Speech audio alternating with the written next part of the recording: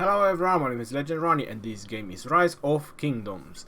Now in this video I'm just gonna do like a battle preparation video.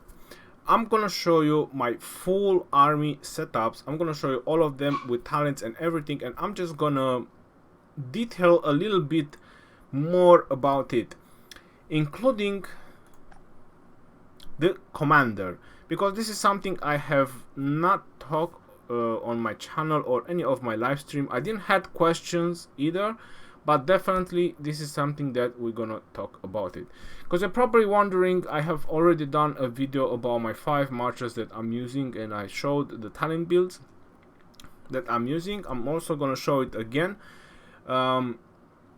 but you're probably trying to do the same thing and you're wondering, bro, I'm not doing the same damage, something is not working. So I'm gonna detail like everything, like a proper battle preparation from A to Z, including my army setups, my builds that I have used, and everything.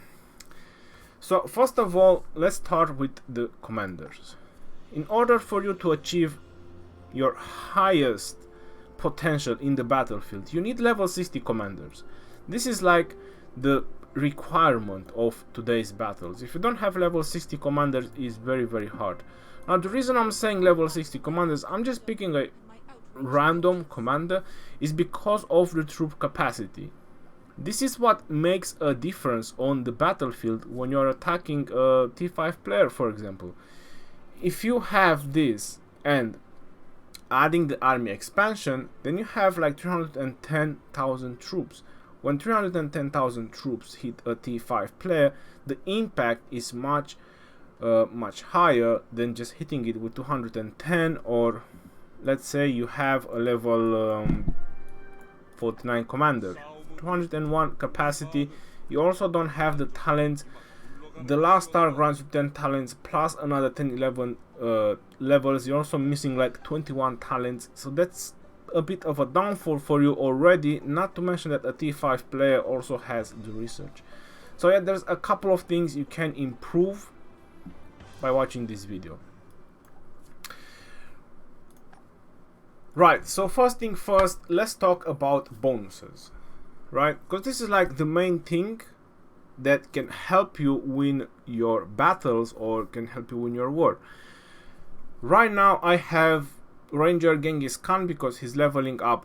Drill Master, troops attack 1%. The way I see this commander view, I believe is based on City Hall. I have them all unlocked, so I personally cannot tell you exactly, but I checked my alt and I saw that he has only like 4 of them, so he doesn't have the last 3. So that means it's pretty much based on City Hall level. So now, right now I have my YSG on troops attack plus 1%, Pelagius troops held plus 1%, Charge Captain, rally army attack and rally march speed plus 1%. This can be changed at all times. So for example, if you want to rally with your Minamoto, you just simply put Minamoto as charge captain. So it's no longer knight head. You can just select over here and you put him, yes. But then you don't have a knight head. So I'm just gonna put back, you know, the way I had them, because I just like to keep them like that. But the point is, and what I'm trying to explain it, is that you can always shuffle them around as much as you like. The reason I have Pelagius on troops health, that's because I pair him up with double C for the health bonus. So that is like the first step, is the commander. Another very important step for preparing yourself for the battle is the troops. Now you might be wondering, and I know many of you are focusing so much on research, and people are keep showing me their speed ups, or keep telling me, bro, I have this amount days of speed ups, I want to boost up my research. For Lost Kingdom you need troops. You need troops. So in this particular Lost Kingdom, I have lost 2.4 million troops. 2.4 million troops. I started with around 343,000 dead. So that's with how many deaths I started, 343,000 dead, and I lost 2.4 million dead troops. If you don't have the troops, then it's not as much you can do in the Lost Kingdom. Just farm and enjoy your time. This is a VIP 15 account, consecutive login days 180, so it's pretty much you could say an old account. It's just it was not boosted only recently for the Lost Kingdom.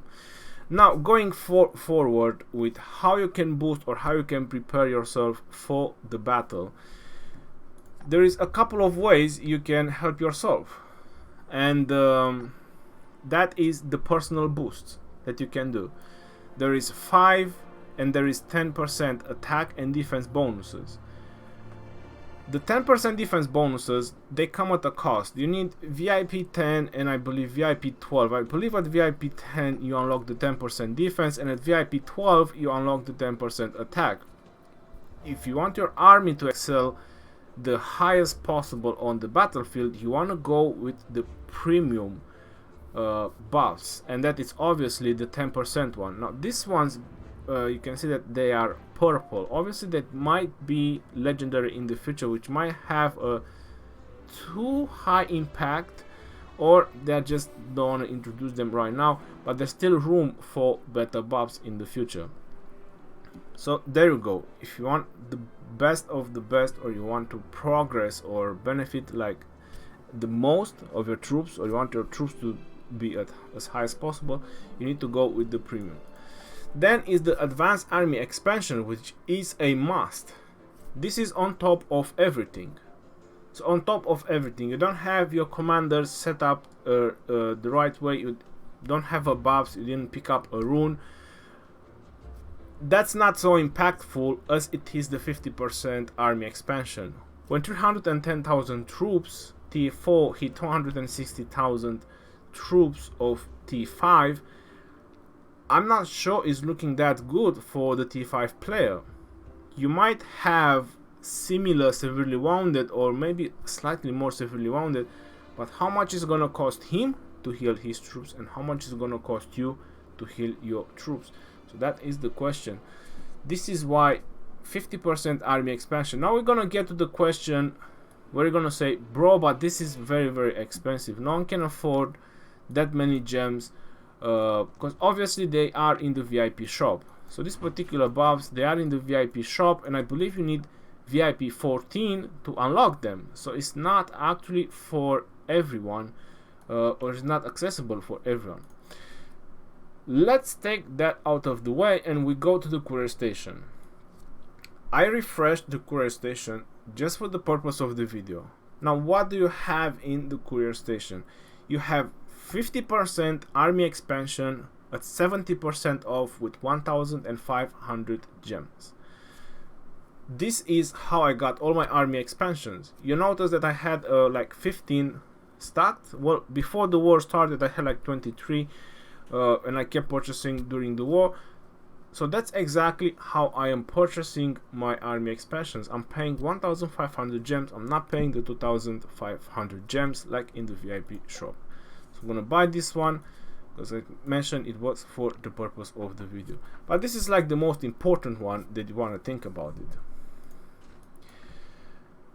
The next step is the runes. The war runes last for 2 hours. So that's 2 hours straight you can find the runes. In Lost Kingdom, or even if in your kingdom, there is so many shrines, relic, or how do you want to call them, circle of nature, whatever their name is, the ones that have guardians around it, that have a lot of runes. Refreshing your runes temporary, there you go. Rune of Fury, 10% attack. Then there is other various runes. Troops health, 10% attack. There is 7% attack and 7% defense. That I would classify the best rune for battle in the Lost Kingdom. Obviously it also depends on your playstyle. So if you're a Cavalry and Archer commander, or you're focusing only on Cavs and Archer, attack is pretty much priority. But I would still go with the 7 attack and 7 defense. If you don't have that available, I would go with the 7 attack and 7 march speed. and if that is not available, I'll go with the 10% attack. If this one is not available, then go with whichever is available.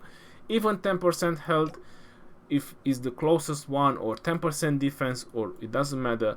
But bonuses, this stack. So everything that I'm telling you right now, this can stack, and this will benefit you in the battlefield. Now there's a couple of more bonuses which comes with the kingdom. So whoever is the king can also grant a couple of bonuses, which you have noticed in my videos that most of the time I had justice. Well, I cannot do that because I'm not the king, but I think Dragutin is the king. Yep. The leader is always purple, it's very easy to find him. So because he is the king, he has attack, defense and health 5%, and he can also grant justice, general and duke. Well, those are very rare, but that is an option. So usually like the rally leaders or the players that are mostly engaged in the battlefield, those are the players that usually get those particular bonuses. But just yourself as personal bonuses, there is quite a lot how you can boost your army. Attack, defense, buffs, army expansion, runes, setting up your commanders. Also, if you are defending, you might finding really odd, which is not, but scouting. So if you are defending, you don't get war frenzy. So if you are defending a flag, for example, you don't get war frenzy. Or if you are defending your city, you don't get war frenzy. Well, if you are defending your city, you might want to not apply that. But if you are defending a flag or a structure, you might want to scout a random player just to get war frenzy. By getting war frenzy, I'm just gonna show you in just a moment. I'm just gonna scout something random. Now I'm gonna return him because I don't actually care to scout that. But getting war frenzy, it actually grants you troops attack plus 3%. So if you are defending and you want to boost your defense in a flag or a structure even further, you can just scout something random and you gain another 3% attack. As again, these are stackable bonuses that you can get. Going further with how you can improve yourself is the Alliance. The Alliance has a couple of technology that can help you. So you have Unbridled Progress, which you don't need the damage dealt to the barbarians, but you gain the 10% march speed, which is very important, especially if you are offensive. So if you are attacking, then the march speed is something that you need. Then the second thing that you want to look for is Book and Battles. You gain 10% attack, and this is for 4 hours. So if you want to do the math, you can have a 12-hour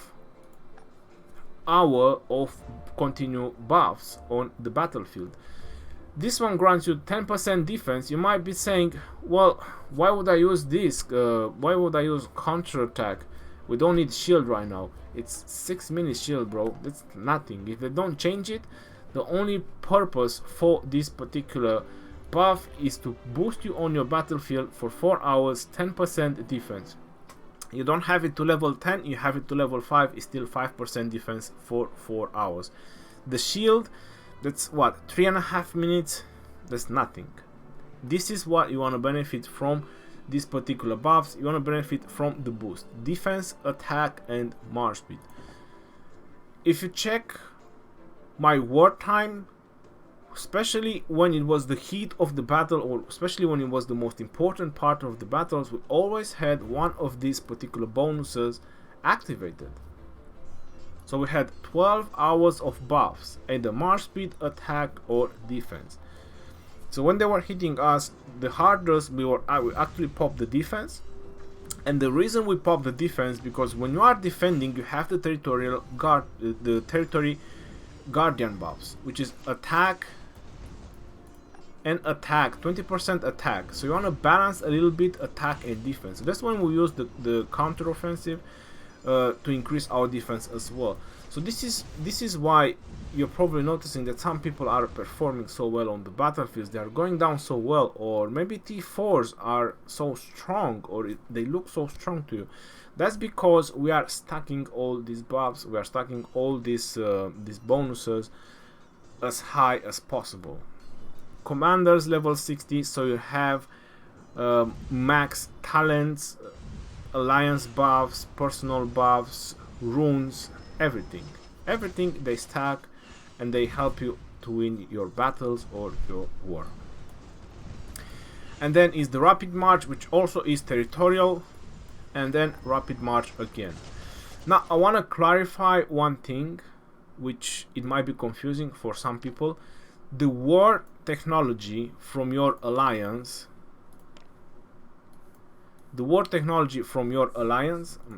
I'm sorry, I just wanted to remove the battle. The war technology from your alliance works everywhere on the battlefield. So even if you're on the enemy territory, the attack and defense from this particular research, they count and they add up. So this is the alliance technology that actually helps you anywhere you are on the battlefield. And the reason I'm gonna stop here for just a moment and detail it more, I'm getting a bunch of reports from pretty new kingdoms. Let's say 200, over 150 kingdoms, similar to that. They do not have the war technology maxed out. Priority, guys, priority. Infantry defense, archer defense, cavalry defense 2, including attack, infantry, attack, archers, cavalry, attack, and the other ones 1 and 2. They need to be maxed out. This is a priority in any alliance. You want to be on top with any alliance you meet, either in Lost Kingdom, Ark, or various other events they're going to introduce in the game. You want to be at least on that level with the stats. So this is a very huge downgrade which people don't take in consideration. The alliances that actually paid attention to this, they have a huge advantage over you if you guys focus on development, because I don't know, maybe you want max research and max city construction with max great alliance. You want to do more damage to barbarians or gain more experience, whatever reason. Those guys that focus on their wartage because they knew what is it important, those guys actually have a huge advantage over you. Overall, this is a 15% attack and defense if you manage to max them out. And I'm not saying assembly charge, fast rally, unite as one, or counter offensive. I'm just purely saying infantry attack, defense, archer attack, defense, and cavalry attack and defense. I didn't even mention the siege or anything else. Maybe book and battles if it's not too expensive. But you get the point what I'm trying to say. You want to maximize your stats as an alliance. Then it comes even more important, which this is not up to you, this is up to your alliance, which it comes the territory. Hold on. I'm sorry, the holy sites. Well, these are lost kingdoms, so there isn't much you can do about that. But then it comes your normal kingdom. So you can see there is Shrine of War, troops attack 3%, then there is Shrine of Order, troops defense 3%, healing speed, that's part of war, Rallied Army attack 5%. This is Lost Kingdom, there's nothing you can do. Troops attack 3%, troops training speed, troops defense 3%. So these are from your original kingdom. Then you have troops health 2%, march speed 5%. So these are all stackable bonuses that your alliance can get them from your original kingdom if you are on the top alliance. I believe that a total of 2 alliances can actually have all these bonuses combined together. So this is all stuff that you can stack up and, you know, make the best on the battlefield, you know, or be the best on the battlefield. Like maximize your potential or your output on the battlefield. These are all passes. so it doesn't matter further down. You need to think from a war perspective, because this is a war game. You don't have to think from a gatherer perspective and or any other reason. Like the territory bonuses, they're not a priority. You might have to do some of them because it's needed, just some of them, but the priority is always the war. Have the war maxed out. People who follow me for a very long time, they know when I was doing the AOC video in my kingdom 16. My original alliance is AOC 3, is named AOC 3 right now. It was the first alliance in the kingdom that had maxed war tech, which means infantry attack, archer attack and defense, cavalry attack and defense, infantry attack and defense, 10 out of 10, all of them. It was the first alliance, and the top alliance was actually impressed that us, as a very, very low alliance back then, we actually had max wattage. But I was beating T5 players on the field one-on-one with my T4 troops, and everyone was impressed. That's because I'm stacking all these benefits or all these bonuses that I'm trying to show to you.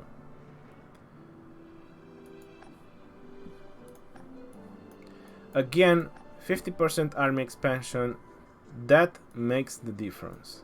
And the buffs and everything else, again, this is all stackable. If you watch some of my live streams during the Lost Kingdom, you will see my bar on top that is always filled up. This is something that I don't have to mention, but also the 24-hour boosts, you can pop them up. There is resources that you'll gain during the war that are generating, so this is also a small tip, a small help that will help you to recover some of your resources, but probably you have them all the time, so I don't have to mention about them.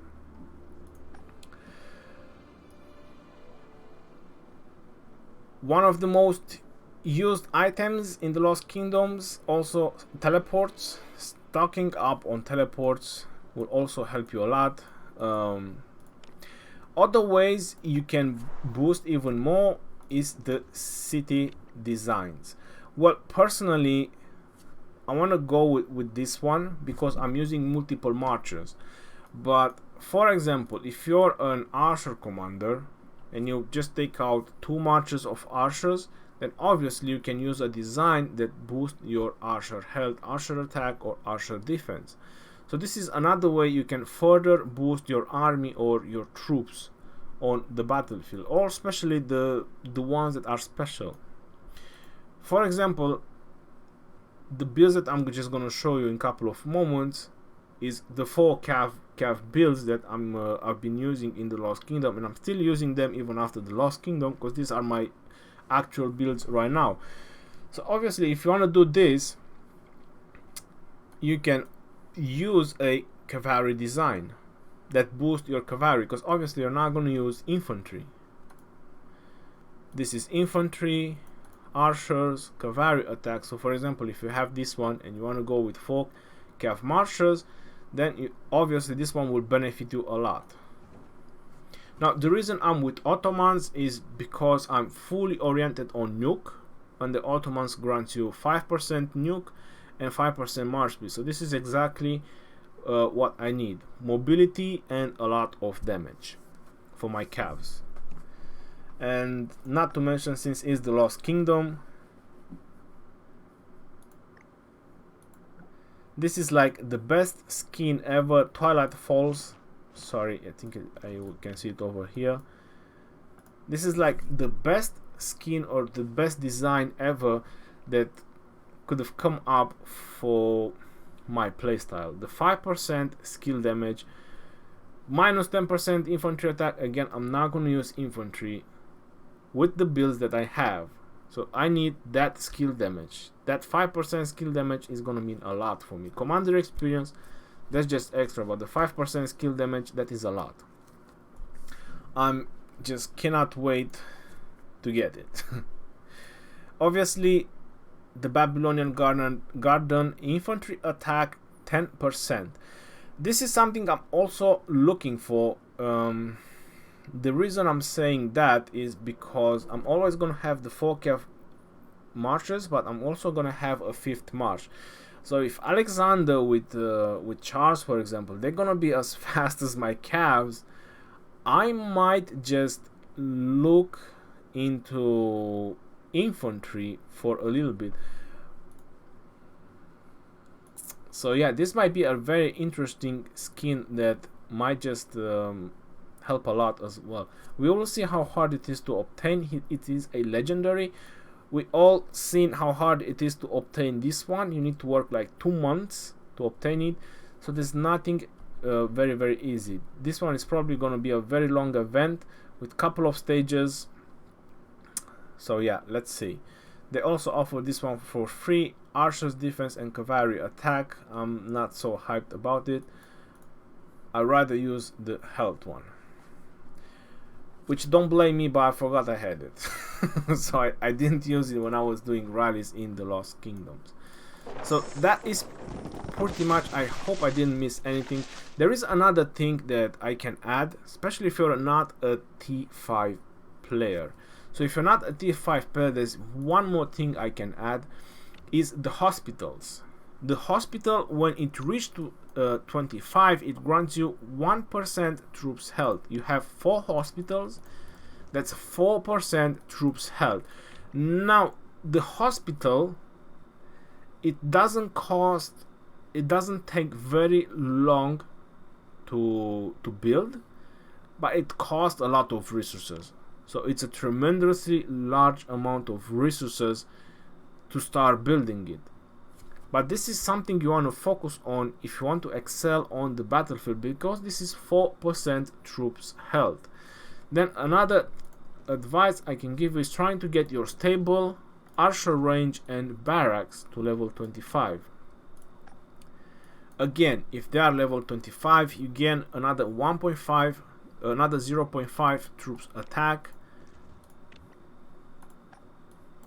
another 0.5 troops health, and then another 0.5 troops defense, having 25 buildings.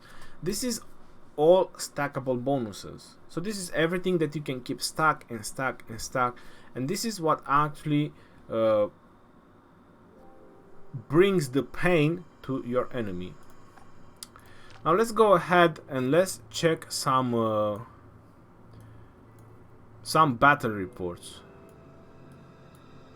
Why not?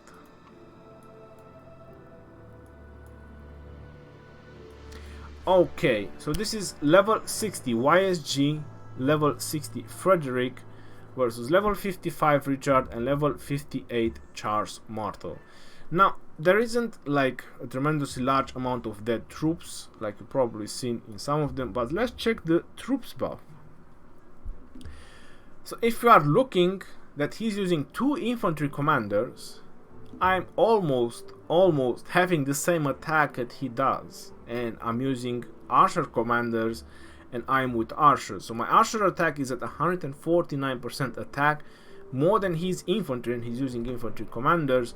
Archer's defense 126 attack. Well, obviously on defense that's no questions, because there's like 35% from Charles and Richard, and archer health 81%. So I believe that I'm pretty much stocked up on bonuses and buffs as much as possible. We can go on Cavalry. You can see on Cavalry that I have 16% more attack than him, and this is a T5 player, by the way. This is a 100 million power T5 player. Then I go on Cavalry defense. I have 10% and a half more than him, and health that's only 2%. So this is what I'm trying to point out, that all these stats and all these bonuses having on top of your enemy, this is what actually brings the pain to them. Now let's go ahead and let's see another report. Sir Mario Brando. This is definitely not a T5 player. So yeah, level 60 Minamoto, that's alright, max skills. But if you look at the other stats, this is not a T5 player. I almost dominated him except in cabs, because he has Minamoto and double C, but even there there was like, you know, 11%. So yeah, a lot of pain to Minamoto and Double C, but then they switch the defense and they used Saladin and Frederick. I'm not sure if that was the best course of action, but again, if you go ahead and check the buffs, I am on top with the buffs on everything. Obviously we only used archers, and you're noticing on archers I'm like 49% attack on top of him. I'm like 47% on defense, and I'm like 50%, almost like 47 on archer health. So there's a lot of bonuses that I have on top of that tier 5 player. For some reason, I don't know why he has so low on health, especially. Let's go ahead and let's watch another one. 1.2 million dead. He used Richard and Hannibal Barca. Yeah, again, another combination. We only do archers, so whenever you see archer commander on me, we only do archers. Whenever you see cav commanders, we only do cavalry. So it's also a higher impact when you hit mix of troops. Now look at that, Richard and Barca, straight up green, everything. So I was higher on stats on everything on this one. There's not even a 6-star Richard. Now why was this guy defending? I have no freaking idea, but yeah, again, you need to pick up your defenses. Is very, very important. And I think this is the moment when we took down the gate. So MJ came back in defense, and look at that, even more devastating. Richard and Charles, I'm not sure if he changed his talents or whatever he done. Let's check on the troops buff. Yes, this is again T5. Something he changed. I think he actually took a rune. His attack and defense on the infantry is higher. His health is higher on pretty much everything except archers. So on archers, you're noticing that I'm still a little bit on top over him, but I have mix of troops in there. So again, having the amount of stats, it actually pays off. So this is what I think they have done on this last one. I think he actually went, pick up runes, pick up all the buffs, pop up all the buffs that he needed, that he probably didn't had, but it was still very devastating. Archers versus mix of troops, it didn't went very, very well for him. And I was using only T4 troops. I don't have T5. Only T4, only T4 troops. So as far as I go down, oops, crazy killer, he did have some T5s. Slightly mistake from him. Rest is all T4. Right, yo. Now I'm gonna go ahead and show you the builds.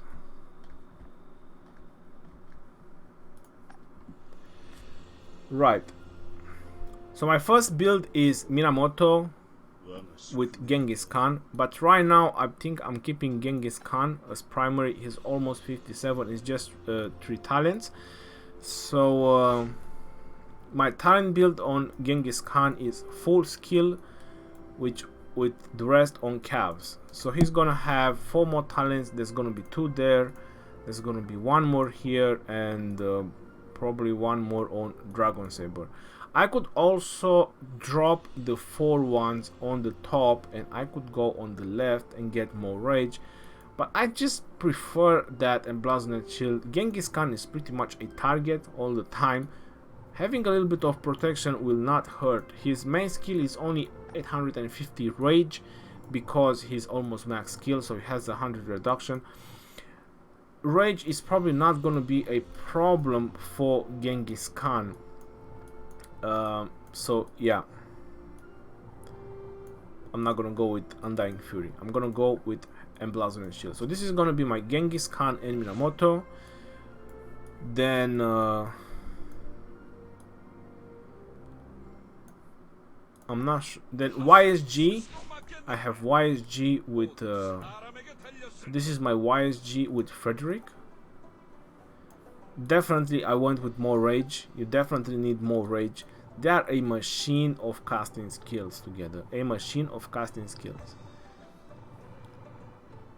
So this is my Frederick and YSG. This is the second setup. And if you want to do the 4 cav setup, it's not necessary to have a YSG as a 5th setup. You can have anything else you want, or you can skip the 5th setup until you are ready. So Minamoto is very easy to obtain. Genghis Khan, I got him from the wheel. Then I have Pelagius, which is an epic commander. And this is my build on Pelagius. Skill and Cavalry. My Pelagius is paired up with double C. The talents on the second in command, it doesn't matter, just the talents on the main commander. So I have Genghis Khan Minamoto, I have Pelagius double C, I have Babers with Sansu. Babers with Sansu. So this is my Babers talents. Mobility. Mobility is very, very important. This is one of the reasons why I'm also Ottomans, because of the march speed.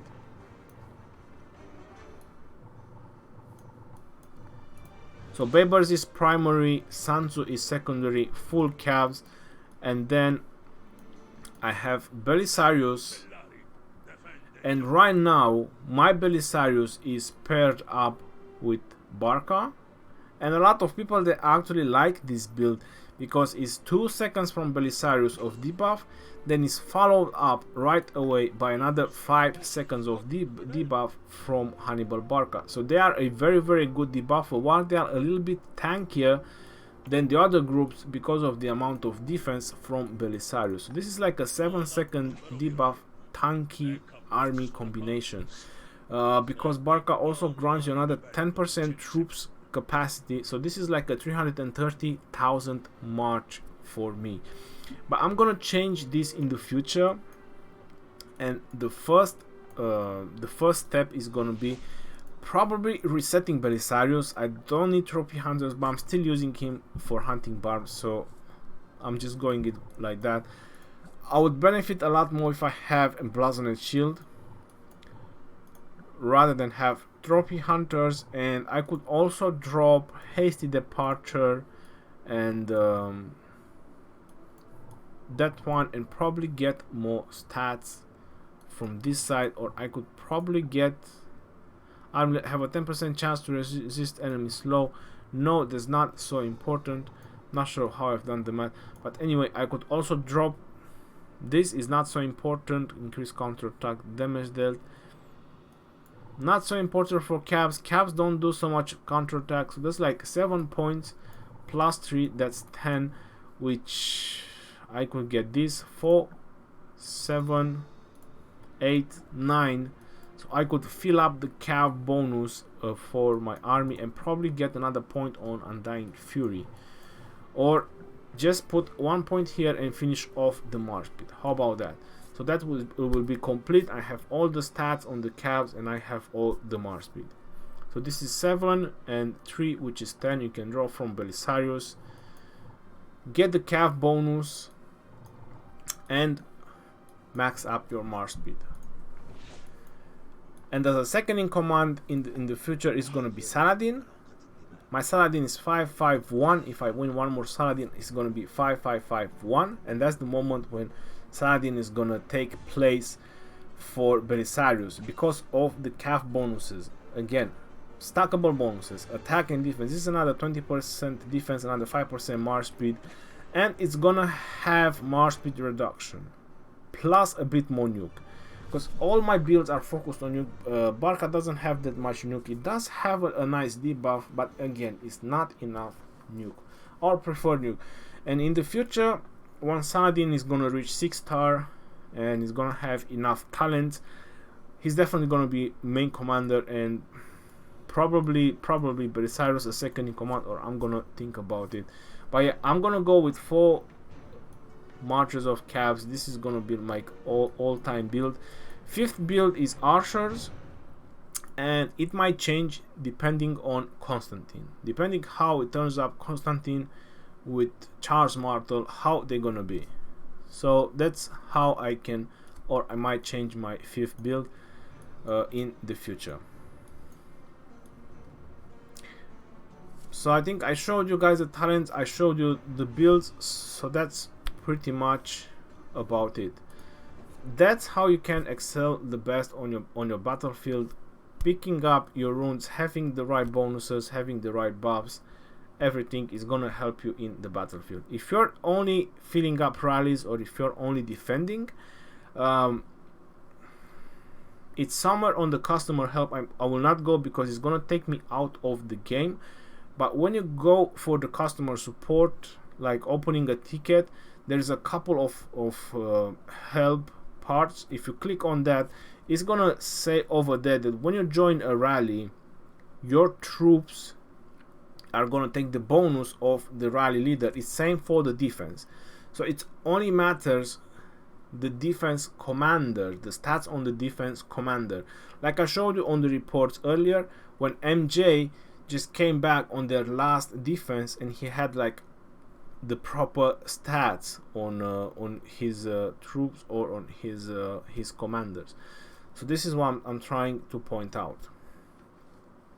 So if you're defending, it's not necessary that you need to pay attention to most of the buffs, because it's not going to affect the rally that you're joining or the defense that you are defending, unless you are the main defender. If you are the main defender, you need to be top notch, have as max bonuses in stats as possible.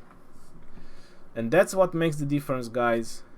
On some reports, when you see that some alliances are literally just crushing other alliances, giving them tens of millions of dead because they don't have the tech. Especially the new servers where they didn't manage to complete their technology.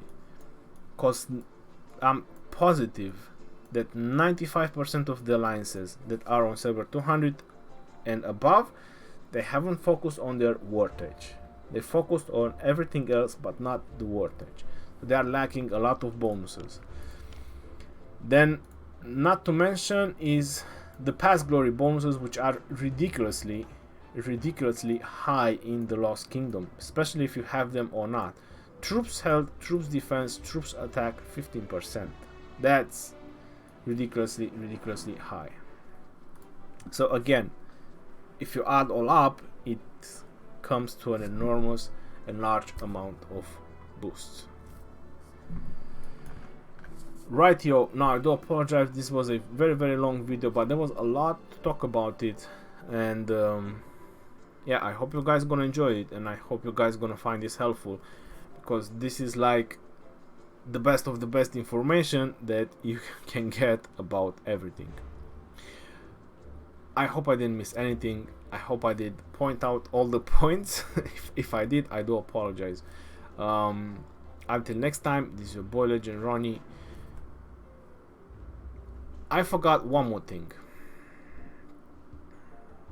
Okay, so I forgot one more thing. There is the VIP bonuses, but this all depends on your wallet. So once you reach the VIP 11, that's the first bonus that you get. Well, this is something that you also should know. These are also stackable bonuses. So VIP 11, 5% attack, 5% defense, 5% health, and 5% troops capacity. This is where it comes the 10,000 when you see a level 60 commander holding 210,000, or when you see a March holding 310,000. This is where the 5% comes from VIP 14. That means that that player is at least VIP 14.